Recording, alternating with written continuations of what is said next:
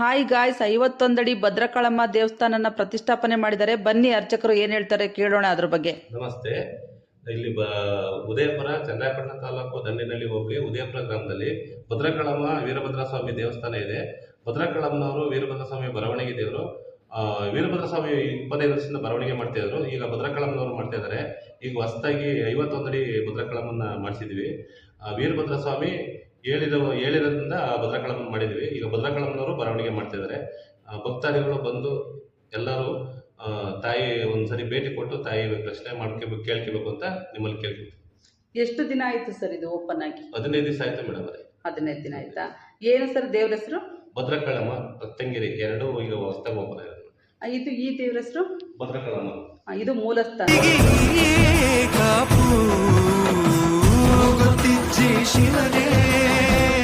ಯಾರು ಕದಂಬರ ಕಡೆ ಓಪನ್ ತಂದಿದ್ದು ಬಂಗಾರ ಮಾಡಿಸಿರೋದು, ಒಬ್ಬರೇ ಮೈಸೂರು ಆರ್ಟಿಫಿಷಿಯಲ್ ಮಾಡಿಸಿರೋದು. ಇವೆಲ್ಲ ಇದೆಲ್ಲ ಇದು ಬಂಗಾರದ ಎಲ್ಲ. ಈ ದೇವ್ರ ಹೊರಗಡೆ ಎಲ್ಲ ಹೋಗುತ್ತಾ? ಹೊರಗಡೆ ತಮಿಳುನಾಡು, ಆಂಧ್ರ ಎಲ್ಲ ಹೊರಗಡೆ ಎಲ್ಲ ಹೋಗ್ತಾರೆ. ತಮಿಳುನಾಡೆಲ್ಲ ಅಂದ್ರೆ ಈಗ ದೇವ್ರ ಕರೆಸ್ತಾರೆ ಅಂತಾರಲ್ಲ, ಹತ್ರ ಕರ್ಕೊಂಡು ಹೋಗ್ತಾರೆ.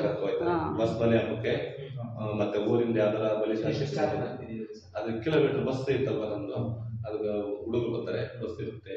ಅಮ್ಮನವರು ಈಗ ಅಮ್ಮನವರಿಗೆ ಅಲ್ಲಿಂದ ಒಂದು ತಾಮ್ರದಲ್ಲಿ ಫುಲ್ ಎಲ್ಲ ಇಡೀ ಏನ್ ಶರೀರ ಐತೆ ಮೇಲೆ ತುದಿಯಿಂದ ಕೆಳಗಡೆ ಇದು ಇದ್ರವರೆಗೂ ಅಲ್ಲಿಂದ ತಂದು ಇಲ್ಲಿ ಹೋಮದ್ದು ಶಕ್ತಿ ಇಲ್ಲಿಗೆ ಬಂದಿದೆ. ತಾಮ್ರತಂತಿ ಇಲ್ಲಿಂದ ಇಲ್ಲಿಗೆ ಬಂದೈತೆ. ಇದು ಎಲ್ಲ ಮಾಡಿದ್ಮೇಲೆ ಇದು ಶಕ್ತಿ ಮತ್ತೆ ಅಮ್ಮನವ್ರಿಗೆ ಅಲ್ಲಿಗೆ ಹೋಗ್ಬೇಕು. ಆ ತರ ಮಾಡಿರೋದು ಮೇಡಮ್. ಒಳಗಡೆ ಅದು ಎದಿಗೆ ಹಾಕಿ ಅಲ್ಲಿಂದ ಮತ್ತೆ ಬಲ್ದಕಾಲಿಯಲ್ಲಿ ಬಂಡೆ ಹಂಗೈತಲ್ಲ, ಆ ಬಂಡೆ ಮ್ಯಾಕೆ ಬಲ್ದಕಾಲಿ ತಾಮ್ರನಿಗೆ ನಿಲ್ಸ್ಯಾರೆ. ಬಲ್ದಕಾಲ ರತ್ನಗಿರಿ ಅಮ್ಮನವರು, ಭದ್ರಕಾಳಮ್ಮನವರು ವಿಗ್ರಹ ಆದ್ಮೇಲೆ ಈಗ ರತ್ನಗಿರಿ ಅಮ್ಮನವ್ರು ಮಾಡಿದ್ವಿ. ಈ ಅಮ್ಮನವ್ರಿಗೆ ಪೌರ್ಣಮಿ ದಿವಸ ಮೆಣಸಿನಕಾಯಿ ಹೋಮ ಇರುತ್ತೆ. ಸಂಜೆ 6 ಗಂಟೆ ಮೇಲೆ ಮೆಣಸಿನಕಾಯಿ ಹೋಮ ಇರುತ್ತೆ. ಎಲ್ಲ ಭಕ್ತರು ಬಂದು ಇದಕ್ಕೆ ಭಾಗವಹಿಸ್ಬೋದು. ಇವಾಗ 25 ವರ್ಷದಿಂದ ವೀರಭದ್ರ ಸ್ವಾಮಿ ಅವರು ಇಲ್ಲಿ ನೆಲೆಗೊಂಡಿದ್ರು. ಇವಾಗ ಭದ್ರಕಾಳಮ್ಮನ ಮಾಡಿಸ್ಬೇಕು ಅಂತ ಹೇಳಿ 51 ಅಡಿ ಭದ್ರಕಾಳಮ್ಮನ ಮಾಡಿಸಿದ್ದಾರೆ. ಇವಾಗ ಭಕ್ತಾದಿಗಳು ಚೆನ್ನಾಗಿ ನಡೀತಾ ಇದೆ.